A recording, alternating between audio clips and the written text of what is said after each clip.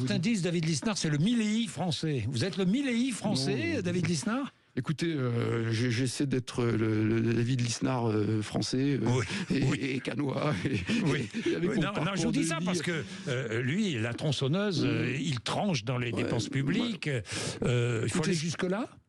Oui, d'abord, il faut trancher dans les dépenses publiques. Je suis en train de travailler sur un plan extrêmement modéré, c'est-à-dire pour revenir à la moyenne européenne de la dépense publique par rapport à la richesse produite. C'est ce qui va permettre de relancer la machine économique, de recréer de la prospérité, de retrouver du pouvoir d'achat qui ne peut être que du revenu. Donc c'est le différentiel entre le brut et l'extra-brut et le net. Donc ça veut dire qu'il faut soulever le capot des aides sociales et revenir là-dessus si on a le temps. Je serais très heureux d'en parler.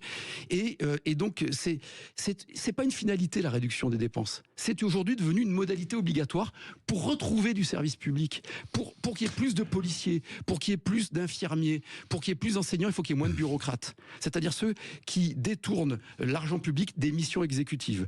Ça, j'y travaille dessus. Donc c'est un plan de réduction des dépenses de 200 milliards, ce qui serait très raisonnable. On serait à peine dans la moyenne européenne, on sera à 50% du PIB, c'est la moitié de la richesse en dépenses.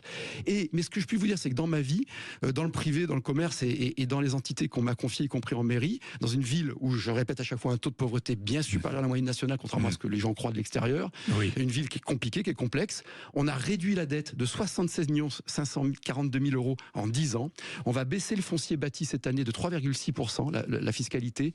Pourquoi on a multiplié par 8 la capacité d'autofinancement, non pas en étant dans la douleur, mais en faisant du management, en faisant de l'investissement, en faisant ce qu'on appelle un capex en entreprise, en essayant de créer des cercles de qualité, en augmentant la productivité des agents, en réduisant le périmètre d'intervention de la mairie et en le recentrant sur l'essentiel. David Lisnard, je vous écoute.